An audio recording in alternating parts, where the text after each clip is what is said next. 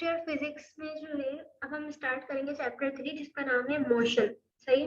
तो मोशन क्या होता है कि a body is said to be in motion. आप किसी भी बॉडी को जब बोलेंगे कि जब वो मोशन में, कि जब वो क्या करे, अपनी पोजीशन को with respect to surrounding, surrounding के हिसाब से अपनी पोजीशन को क्या करती रहे, चेंज करती रहे। तो जब भी कोई बॉडी सराउंडिंग के अकॉर्डिंग क्या करेगी, अपनी बॉडी को चेंज करेगी, तो वो क्या कहलाएगी कि वो क्या है कि इसमें मोशन में। और अगर कोई भी बॉडी जो है वो सराउंडिंग के रिस्पेक्ट से क्या होगी, नॉन चेंजिंग होगी, तो वो क्या कहलाएगी कि वो किस पर है, रेस्ट के ऊपर है। ठीक है। फिर है लीनियर मोशन। तो लीनियर मोशन क्या होता है, किसी भी बॉडी को मूव करने के लिए जो तीन चीजें चाहिए होती हैं। किसी भी बॉडी, कोई भी बॉडी जब क्या करती है, स्ट्रेट पाथ में मूव करती है यूनिफॉर्म वेलोसिटी के साथ या वेरिएबल वेलोसिटी के साथ, तो हम उस चीज को कहते हैं लीनियर मोशन। सही है। लीनियर मोशन मोशन जो है वो तीन तरह से हो सकता है, तीन वजूहात की वजह से होता है। वो एक होती है डिस्प्लेसमेंट, वेलोसिटी एंड एक्सेलरेशन। तो हम इसको बारी बारी डिस्कस करेंगे। तो पहला है डिस्प्लेसमेंट। डिस्प्लेसमेंट क्या होता है, डिस्प्लेसमेंट और डिस्टेंस में फर्क होता है। तो डिस्टेंस होता है,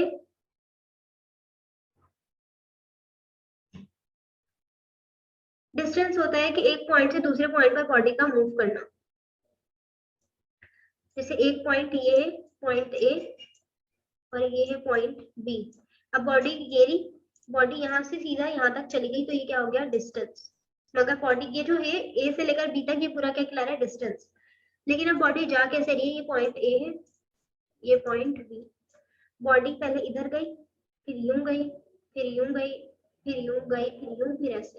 तो मतलब कि बॉडी ने इस पॉइंट को कर्व पाथ में क्या किया, मूव किया। तो ये जो कर्व पाथ में कोई भी बॉडी एक पॉइंट से दूसरे पॉइंट तक जाती है, इसको कहते हैं डिस्प्लेसमेंट। सही। और ये जो है वेक्टर क्वांटिटी है, क्योंकि इसकी डायरेक्शन है कोई ना कोई। सही। पहले यहाँ जा रही है तो ये एक डायरेक्शन है, फिर यहाँ आ रही है तो ये भी एक डायरेक्शन है, तो इसकी कोई डायरेक्शन है, इसीलिए इसके ऊपर क्या होता है, वेक्टर होता है। और इसको रिप्रेजेंट करते हैं आर से भी और एस से भी। सही। इसकी जो यूनिट है वो क्या है, एसआई सिस्टम में एम, मीटर है। फिर इसकी एक्सप्लेनेशन है, इसकी एक्सप्लेनेशन ये है कि to explain the displacement between point A and B, ये रहा एक पॉइंट ए पॉइंट, ये रहा बी पॉइंट। तो आप क्या करें, दो पॉइंट्स को आपकी जो डायरेक्शन है वो कौन बताता है, पोजीशन वेक्टर। आपने वेक्टर्स वाले चैप्टर में पढ़ा था कि जो पोजीशन वेक्टर होता है वो ओरिजिन से पॉइंट की डायरेक्शन बताता है। तो यहाँ पे ये जो कोई वेक्टर नहीं है, सही है, बॉडी यहाँ पर है और उसको यहाँ जाना है, ये जो चीज पॉइंट की जो डायरेक्शन बता रहा है, कौन बता रहा है, पोजीशन वेक्टर। और ये बी पॉइंट की डायरेक्शन भी बता रहा है पोजीशन वेक्टर। तो यहाँ पे पोजीशन वेक्टर है r1 और यहाँ पर है r2। इन दोनों का अगर हम वो कर ले, चेंज निकाल ले, तो वो क्या आ जाएगा, डेल्टा r। सही। उसके बाद जो है बॉडी ए पॉइंट से बी पॉइंट तक कर्व पाथ में गई है, तो ये क्या हो गई है, डिस्प्लेसमेंट। सही। तो हमारा डिस्प्लेसमेंट का फॉर्मूला क्या हो गया, डिस्प्लेसमेंट जो है वो किसके इक्वल हो गई, पॉइंट ए से पॉइंट बी, और इस चीज को हम क्या कह रहे थे, डेल्टा आर। तो डेल्टा आर की इक्वल हो गई। और जब हम डेल्टा वाली चीज को जब भी हम खोलते हैं तो वो पहले 2 आता है, फिर 1 आता है, तो r2 माइनस r1 हो जाएगा। यहाँ पे हो गया डिस्प्लेसमेंट कंप्लीट। बस इतना ही था डिस्प्लेसमेंट का। फिर है वेलोसिटी। वेलोसिटी क्या होती है, the rate of change of position of the particle taking between the 2 points. Displacement जो भी हो रही है वो होने में कोई ना कोई टाइम भी लग रहा होगा। तो रेट ऑफ का मतलब जब भी आता है तो मतलब कि टी जो है अपॉन में है, और डिस्प्लेसमेंट की बात की है तो डी ऊपर होगा। तो ये जो rate of change of displacement है क्या है, वेलोसिटी। सही। इसकी एक्सप्लेनेशन क्या है,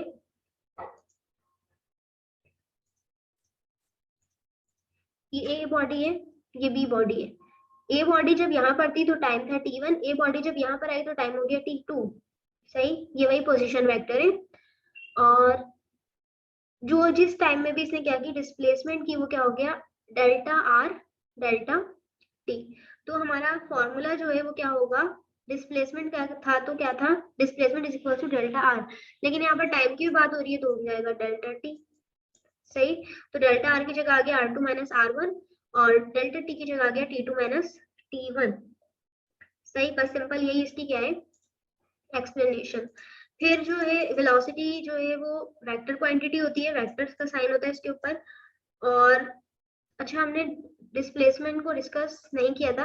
डिस्प्लेसमेंट की जो डायमेंशन होती है, डायमेंशन जो है हम किसी भी चीज की निकालते हैं उसके फॉर्मूले से। जो डिस्प्लेसमेंट का फॉर्मूला होता है,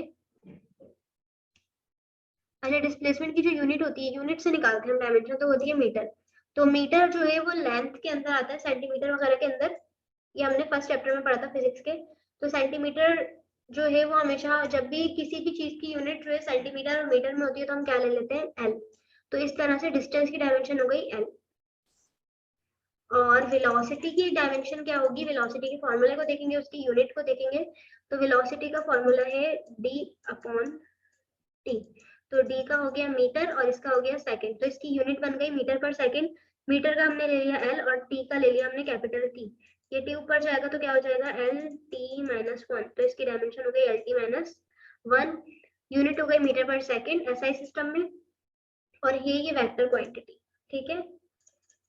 और इसकी डायरेक्शन वही होती है जो डायरेक्शन जो है डिस्प्लेसमेंट की होती है। फिर इसकी टाइप्स है, तो टाइप्स है एवरेज वेलोसिटी। एवरेज वेलोसिटी में क्या होगा, ये जो अभी आपने ऊपर देखा था ये एवरेज वेलोसिटी ही थी, सही है। तो एवरेज वेलोसिटी में कोई भी जो है दो पॉइंट्स होंगे, मतलब कि इनिशियल और फाइनल पॉइंट होगा, फिर आप उसका एवरेज निकालेंगे तो वो कहलाएगी एवरेज वेलोसिटी। इंस्टेंटेनियस वेलोसिटी क्या होती है, इंस्टेंटेनियस का मतलब होता है कोई भी लम्हा, कि किसी भी लम्हे में टाइम क्या हो जाता है, आपकी जो वेलोसिटी होती है वो प्रोड्यूस हो जाती है। और जो टाइम होता है, इंटरवल ऑफ टाइम, वो इतना शॉर्ट होता है कि आप उसको अप्रोक्सीमेटली जीरो ले लेते हैं। सही है, टाइम इतना कम होता है कि आप उसको क्या लेते हैं, अप्रोक्सीमेटली जीरो। तो फॉर्मूला बिल्कुल एवरेज वेलोसिटी वाला रहेगा, बस क्योंकि टाइम क्या होगा, अप्रोक्सीमेटली जीरो, तो आपके फॉर्मूले में लिमिट आ जाएगी कि वो जो आपका डेल्टा टी है वो हमेशा क्या होगा, जीरो।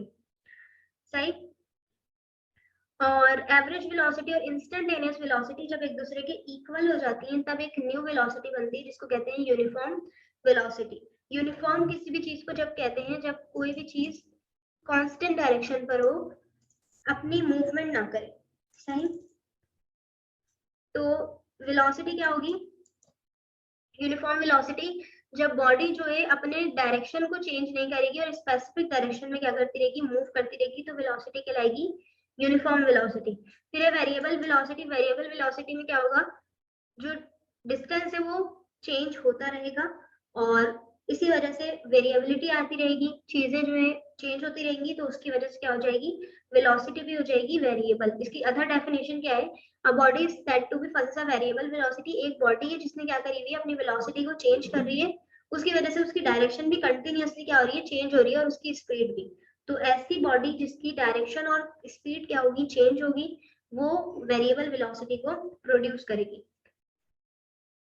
फिर हम इसके ग्राफ देखेंगे।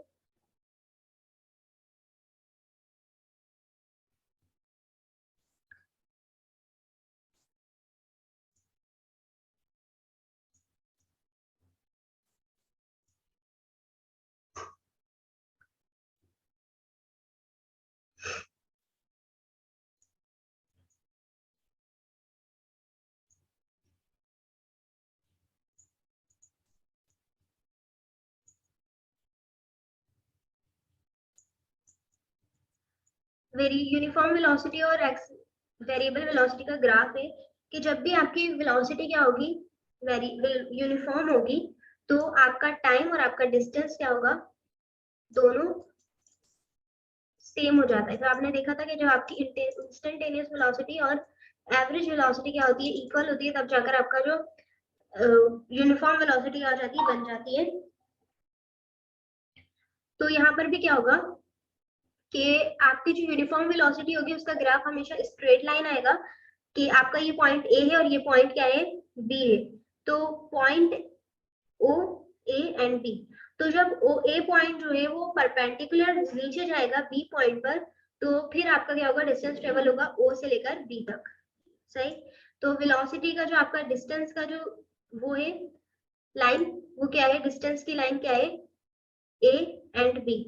सही है, ये ए है और ये बी। और जो टाइम की है वो क्या है, ओ एंड बी। तो आपका इस ग्राफ इसीलिए क्या आ रहा है, स्ट्रेट लाइन आ रहा है। ये एमसीक्यूज के हवाले से ज्यादा इंपॉर्टेंट है कि आपको याद होना चाहिए। यूनिफॉर्म वेलोसिटी का जो ग्राफ होता है वो स्ट्रेट लाइन होता है, और वेरिएबल वेलोसिटी का जो ग्राफ होता है वो टेंजेंट आता है, और फिर आप उससे जो है एक टेंजेंट निकालते, कर्व आता है, आपका जो वेरिएबल वेलोसिटी का ग्राफ आएगा वो कर्व आएगा, ये जो कर्व आ रहा है। फिर आप इससे टेंजेंट निकालेंगे, टेंजेंट मतलब कि इसके कर्व से आप एक लाइन ड्रॉ करेंगे और उसके बाद आप एक ट्राइंगल बनाएंगे और फिर आप उससे क्या निकालेंगे, अपनी वेरिएबल वेलोसिटी निकालेंगे। तो इसका जो ग्राफ आता है वेलोसिटी ऑफ ए जो आएगी वो क्या आएगी, जी एफ एंड ई एफ। ठीक है, यहाँ पर कंप्लीट करते हैं, बाकी जो है एक्सेलरेशन उसको नेक्स्ट टाइम पढ़ेंगे। अपना ख्याल रखिएगा, अल्लाह हाफिज।